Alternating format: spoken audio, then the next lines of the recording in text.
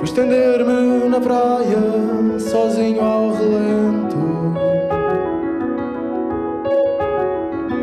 e ali longe do tempo acabei por dormir.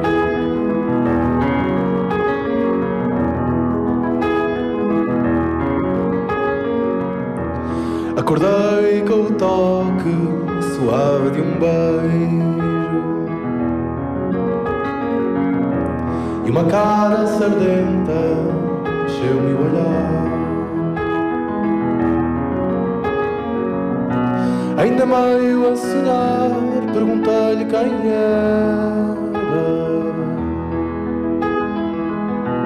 Ela riu-se e disse baixinho: estrela do mar, sou a estrela do mar.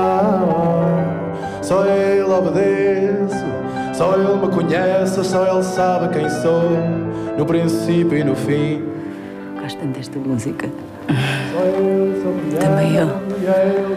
Lembro-me sempre de ti. Quando alguém quer a força.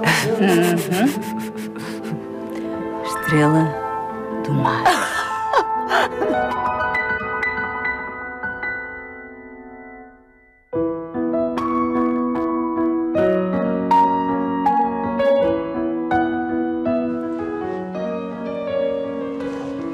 Estás a falar de quê?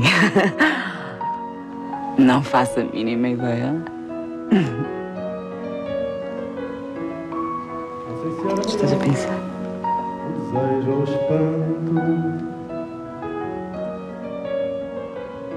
Só sei que por um instante deixei de pensar. Uma chama invisível incendiou o meu peito.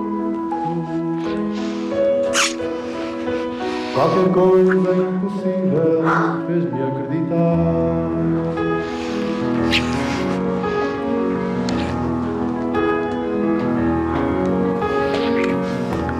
Em silêncio trocamos segredos e abraços.